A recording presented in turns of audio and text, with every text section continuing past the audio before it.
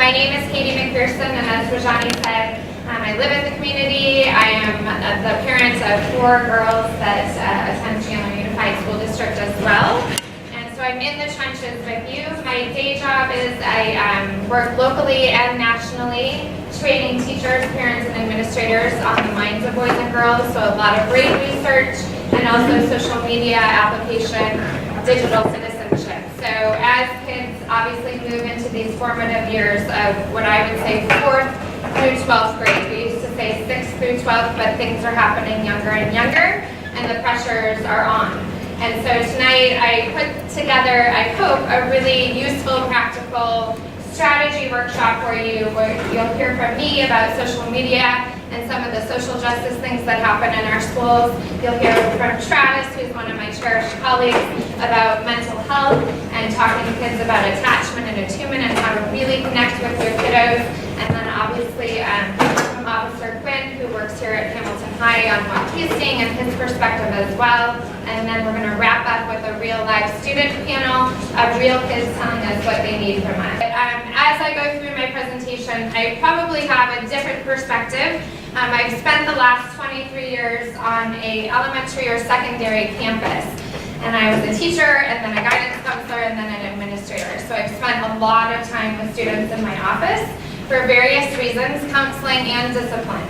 And so tonight I'm going to show you a different format that you may have heard of regarding harassment, bullying, and intimidation, and just kind of the conflict that students go through.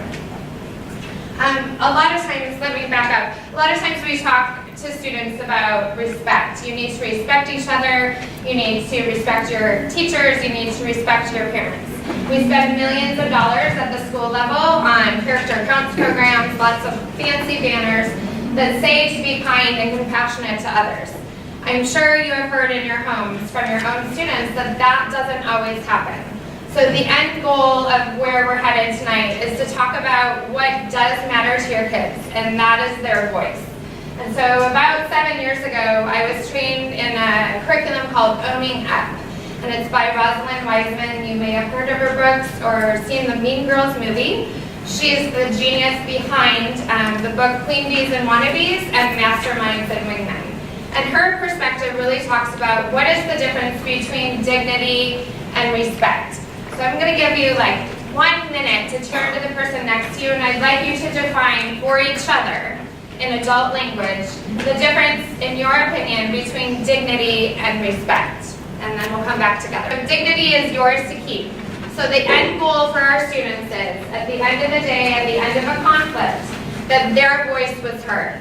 So in a typical discipline situation, a conflict, a group text, anything that's going on with them, we want them to know, I'm here for you, I'm going to guide you through this process, but ultimately, your voice is yours to keep. And what happens in our parenting situations and in school situations is we're really busy and we want to be efficient and we have multiple children. And so when that happens, their dignity gets squashed by trusted adults that we've told them to report to. So what happens when dignity goes away is they feel like my voice hasn't been heard. Our teachers, our administrators, you as parents, me as a parent, have great intentions. But the reality is those voices often, we don't give them the time that they need to be heard. And so what happens in conflict is 2 students are told, well, I need you to make up. I need you to say you're sorry. I need you to respect each other. So the training that I do is really about those brains, and Travis will tag team with me tonight on what's going on in brains of 4th through 12th graders. Half development of a female brain is age 11. Half development of a male brain is age 15. So you can imagine a brain that's heightened in conflict with a peer. We have half of a brain trying to make a decision, and then we have a lot of chemicals going on. Dopamine, testosterone, adrenaline, cortisol. So as parents, in order to support them, we need to start teaching them your voice is yours to keep. What are some things that we say as parents to kids when they come to us with their conflicts? What are some strategies that we typically say that may not be strategies? Just deal with it. Just deal with it. Thank you so much. Just deal with it. What does that even mean? I have half of a brain, my prefrontal cortex hasn't even formed yet, and you're telling me to just deal with it. What are some other awesome things that we say that we don't really need, but we say? Yes? Here's my most awesome one. Suck it up, buttercup. Suck it up, buttercup, right? So that, and I'm so glad you're so brave, and thank you. That says to a kid that my voice is dismissed, my dignity has now been taken away by the person that brought me into this world. And so why would I go back to that person and tell them again that this person at school continues to bother me? With our boys, what are some things that we try to do with our boys to get them to verbalize what's going on? What's a common phrase? Be a man. Thank you. What else? Use your words, okay? And Travis will talk about male brain versus female brain. But the part that we want to strengthen for our boys is the verbal emotive. It's sometimes for some boys not their strength. So when you say to a boy who is heightened and cortisol, the stress hormone, is coating his brain to use his words, he cannot access that part of his brain to even articulate what just happened. We do it at the school level, we do it on the playground, and we do it in our homes. So if you're not getting words out of your boys, we'll give you some strategies to be able to do that. But back to the premise of dignity versus respect. We can't expect a student with an underdeveloped brain that's under stress to go ahead and mutually admire someone else. And when we say to them, we need to respect each other, what we're saying is, what just happened matters to us, but we really just need you to move on. So essentially, when we say things to kids like, ignore her, well, go find a new group of friends. Have you ever tried to find a new group of friends?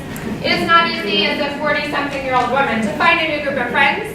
It's definitely not easy for a 10-year-old who's going through pre-puberty to find a new group of friends. Someone gets excluded at the lunch table. Well, just ignore her, walk away. Sure, a strategy, ignoring and walking away. But a true aggressor is coming back for more. And so at the end of the day, in order to raise social competence of our kids, we've got to start giving them strategies that make sense as to where they are up here. And where they are up here is only halfway to where you are. So we have to align our strategies with where they are in their development and where they are with what's going on with all these hormones that are also hitting them. And that's happening sooner and sooner due to many different factors. So this framework up here is really what I want you to think about after tonight. So our goal is to create social justice champions. That means when they come into a school like this, they can move in and out of different social groups with fluidity. That they have friends in all sorts of groups. I don't know what your high school experience was like, but I somehow made it out unscathed and had a great one because I had different groups of friends. And I had figured out how to manipulate and navigate through those groups and keep them individually, but collectively as well. That is my hope for every single child. That they can get through a high school experience, a junior high experience with dignity intact, their social competence going up. The only way a kid can get confident socially and emotionally is if you let them fail, but you support them along the way. You stand back and allow the painful, hurtful, messy stuff to happen, but say, I'm going to be here alongside of you to listen. And what kids tonight will tell you sometimes is that we're not listening, that we're missing the mark and we're missing the signs. Not because we don't have good hearts and good intentions, but we're busy. We're overscheduled, we're overstressed, and we're also addicted to our devices like they are. So we've got to be really honest and have courageous conversations about how am I going to help my kiddo get through these formative years. Knowing who he is, being technologically literate. They use these social media platforms for everything, right? We need to start training them how to use them for good.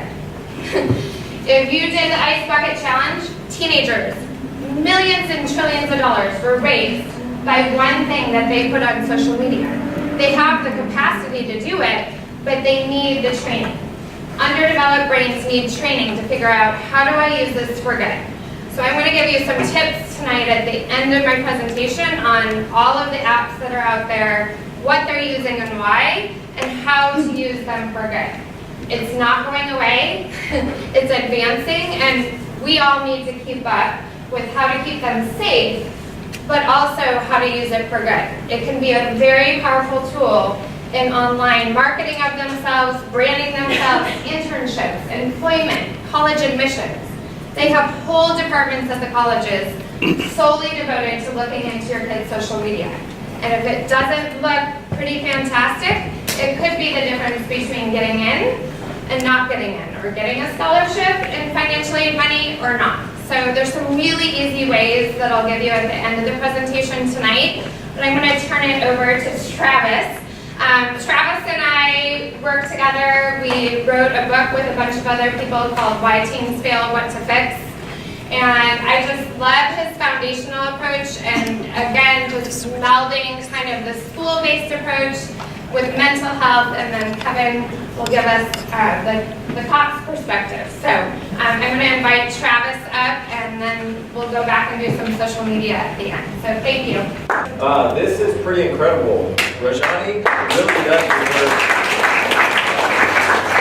doing something. I'm going to put up here a website. It's my website. It's going to give you a few fun videos. It'll give you contact information. Now, I'm a private practice clinician. I do trauma therapy, I do marriage and family, and I do addiction.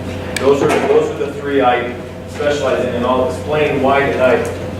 This is the website where you can get my info. Travis Webb Therapy.com.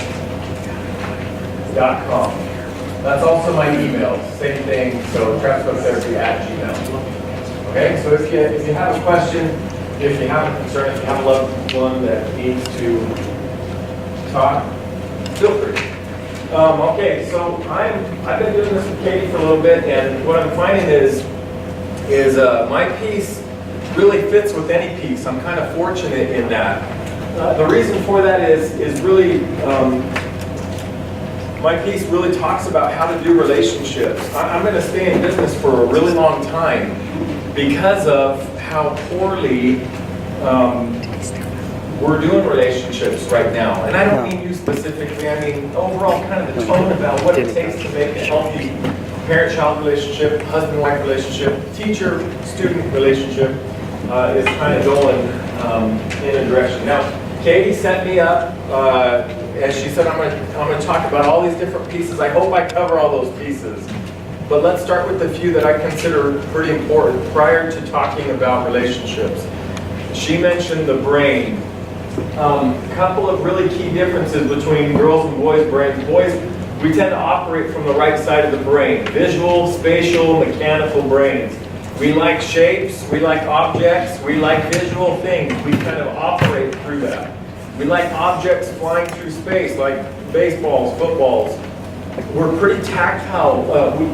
We operate primarily from gray matter in the brain, which is kind of this spotty connection function that our brains do. We kind of go from one subject to the next. I always talk to my clients about it this way. If you walk into the shed of a male brain, everything is in a box.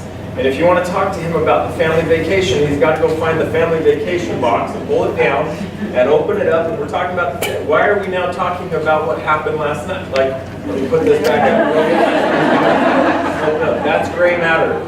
We make wonderful engineers. Because we're visual, spatial, mechanical, we make great engineers. If you need a building engineered and the structure laid out, hire, for the most part, a male. We have exceptions to this rule. Now, women, they operate from white matter. This is highly connective, really quick, left to right brain.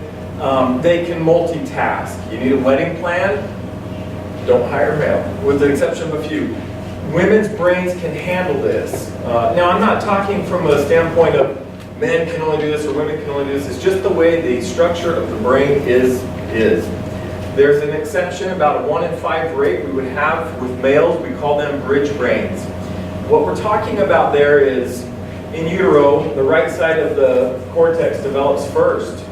Now, women's brains, if you look at it, physiologically, they're smaller, but they're packed with more cells. Smaller motors, more horsepower, all right? Their brains develop faster than the male brain does. So that right brain starts to develop, and I can't remember how many months it is, but it starts to send a nerve bundle from the right hemisphere over to kind of scout out the left hemisphere.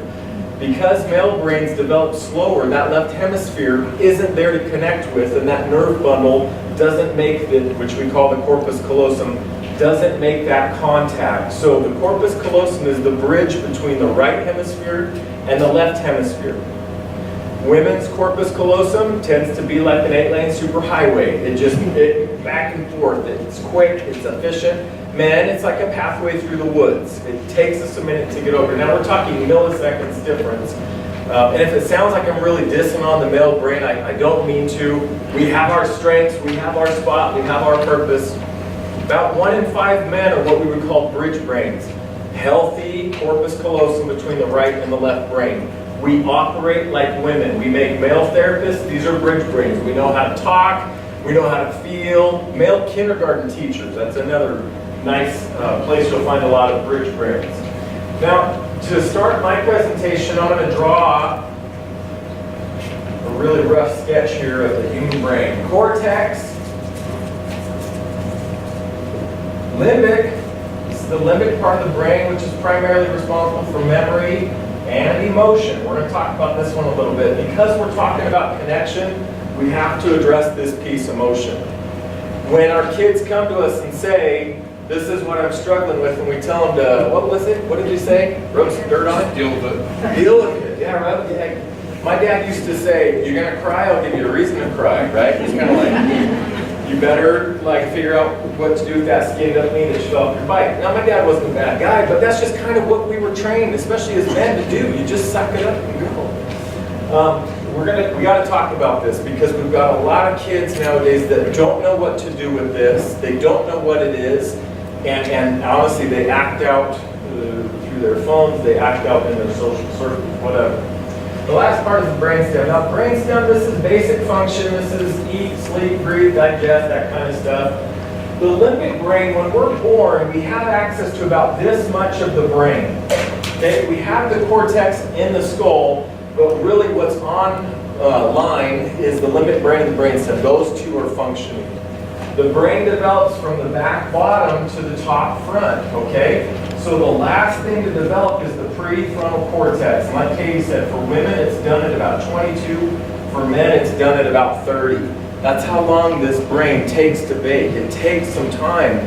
These neural pathways that are making their way forward, they're developing with all these events and experiences built into them. We're making meaning of life. We've got assumptions, interpretations, judgments, all kinds of messages hardwired as this brain grows. Is that making sense so far? Prefrontal cortex is the adult part of the brain. Rational, reasonable, it discerns. Kids don't have it. Not yet. It's kind of spotty connection at best. Now, there's a couple of key parts of this limbic brain I want to talk about because our kids have this online. This comes from Bessel van der Kolk's work. Joseph Ledoux, Bessel van der Kolk. Whenever this brain takes in information, it kind of gets sent to this spot in the limbic brain that we call the thalamus. The thalamus is what he calls the cook of the brain. In other words, it stirs in all the ingredients of what's coming in, sensory data that's coming in. It sends the information in two directions. The low dirty road, the fast road, is down to the amygdala. I'll give bonus points if anyone can tell me what the amygdala does. Yeah, it fires up those emotions, right? This is the alarm. This is the guy that pulls the alarm when the thalamus says there's a threat, okay? So the low dirty road is right down to the amygdala, it's the alarm. And it sends us either into fight or flight by doing what? Emotion. It's an energy that tells us to go into motion. Okay, so when we judge emotions, when we say, why are you crying? Why are you moving about this? What's your problem? We're really saying, why on earth are you having this emotion, this energy telling you to go into motion? If you shame your kids around this, plan on an emotional volcano later. If they learn to stuff this emotion down rather than listen to it and reach out with it, your kid will become dysregulated. So will your husband and your wife. We all kind of work this way. Now, women do this one better. Their brains are hardwired to do connection through empathy, and we'll talk a little bit about that. Men form connections through aggression. Testosterone, right? Or some like cortisol, some of these other wonderful chemicals and hormones that flood through the male body. We make friends through aggression. I fist fought every single one of my best friends. Guys, they all smile. Yeah. We play sports, we crash into each other. That's how we build friendships. Now, Gurian Institute will teach all about this. He really spends a good amount of time and research on that piece. Women are going to do this one more naturally, but I want to give you the right tool to use when emotion comes up. When your kid comes in with a problem, I'm going to teach you, well, talk to you at least about how to get down to that emotion and what to do with it once you get there. Stress is kind of what this is that's happening inside of me. Now, one of the good things that stress does is it creates tension in the body, which signals us to move. Remember, it's an energy that tells us to go into motion. What I talk to people about, what we need to do is this first one, which is reach out. This is what Katie alluded to, where we kind of take what's going on in our world and we reach out to a loved one. We might go to mom, we might go to a teacher, we might go to a friend. Now let me ask you guys, when people reach out to you, we kind of had some responses earlier. What do we do when people are having this stress, this tension, this emotion? We kind of say, suck it up. What do you do with your kids though? I'm kind of curious, how do you handle this when your kid or your spouse comes in and says, I'm really struggling with this? We say the word listen, but there's lots of ways to listen. Sometimes I'll just repeat what they just said to me so I Feedback to can them. get some Okay. more information or make them feel like I'm hearing them. Signal them that I'm hearing you. Okay. Quiet, Huh? quiet, like Quiet. just a you and me, kind of like, you know, like Yeah. we had said before. Yeah. Really into not doing three other things. I like it. Okay, so I can do a lot with my body language. When my kid comes to reach out to me, or when my student comes to reach out to me, if I'm able to turn, get some eye contact, as a therapist, I'm always taking notes. And when people start to go into that emotion, I consciously, I set my folder over here. I set my notes, and I slide my chair. It has wheels on it. That's really key. If I'm across the room, this isn't going to work. Sometimes knee to knee, even with men, right? I'll kind of slide right up. Get eye contact. Physiologically, I want to signal them, I'm coming into this ditch with you. Katie said it earlier. Here's me.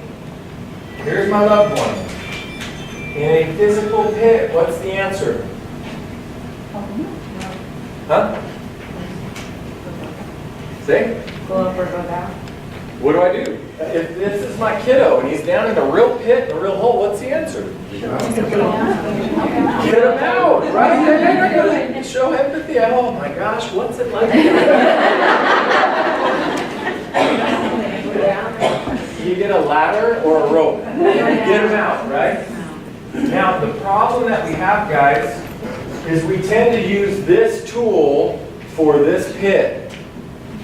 Let me draw the same thing. Here I am, and here's my loved one. Now, somebody was really smart. They knew the word was empathy. The answer to this is not to get them out. It's to listen. It's to go down. Sounds backwards. Now we're both stuck, right? In an emotional pit, this is what we've learned through a lot of research.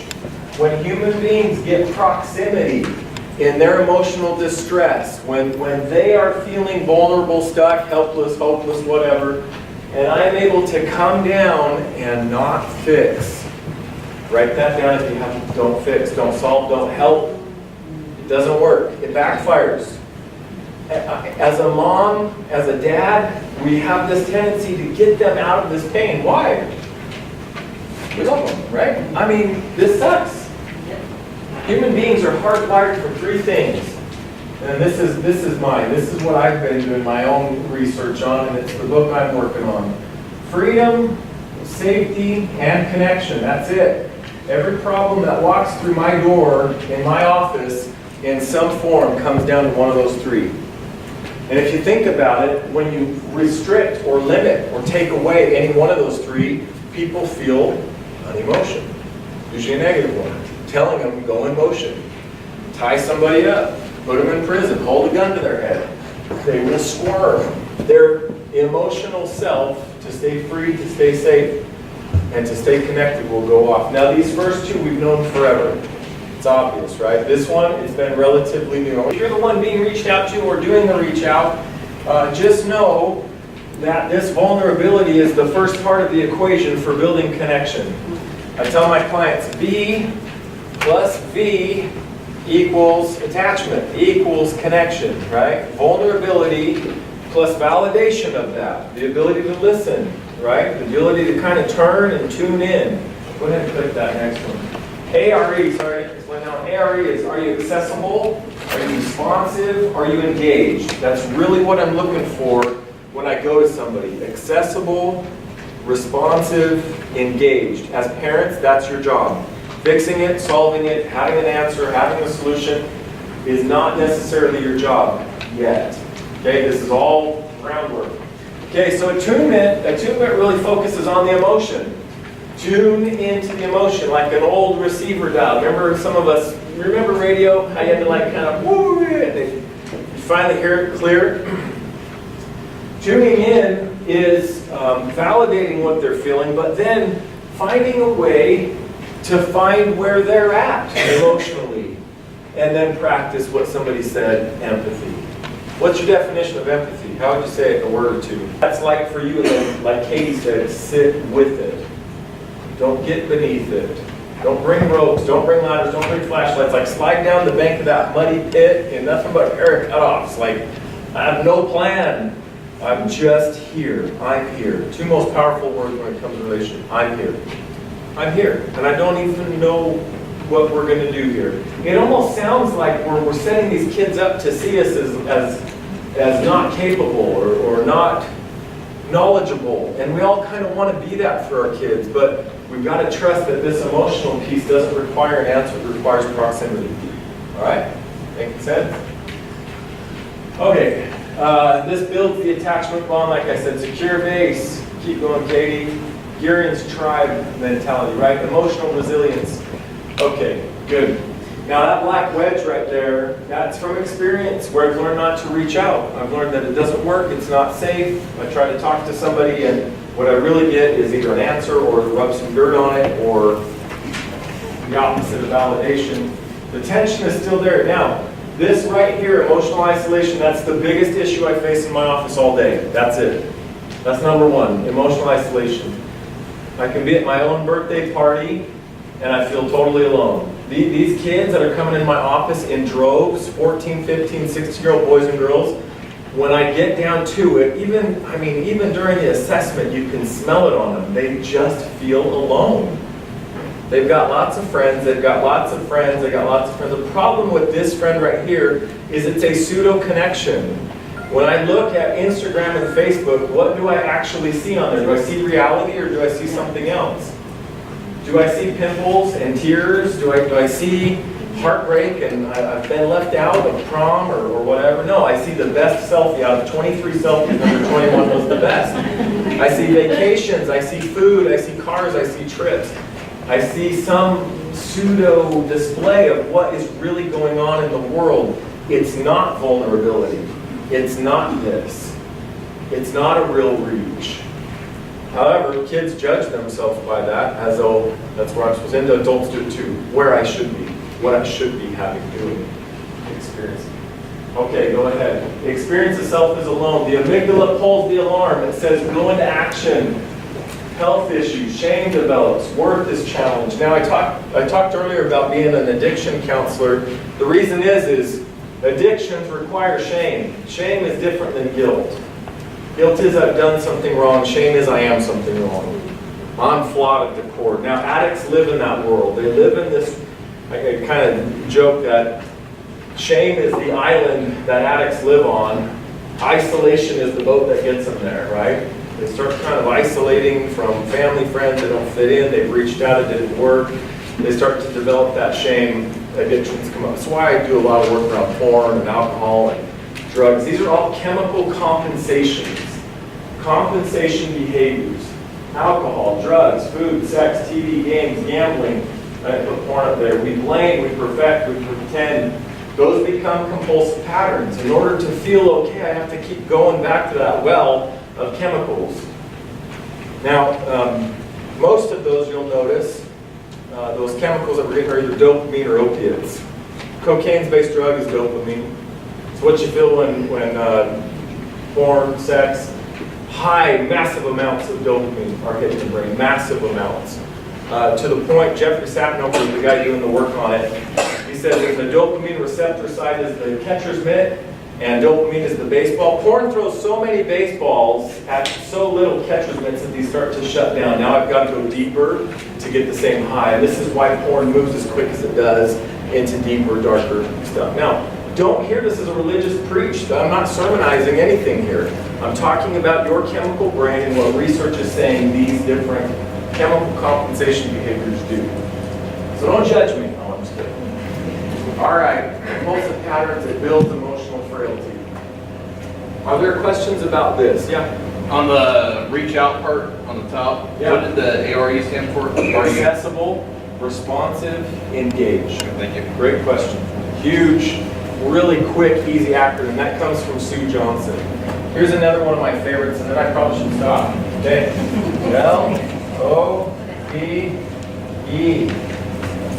Listen with an open heart, open mind, validate, there's that second V.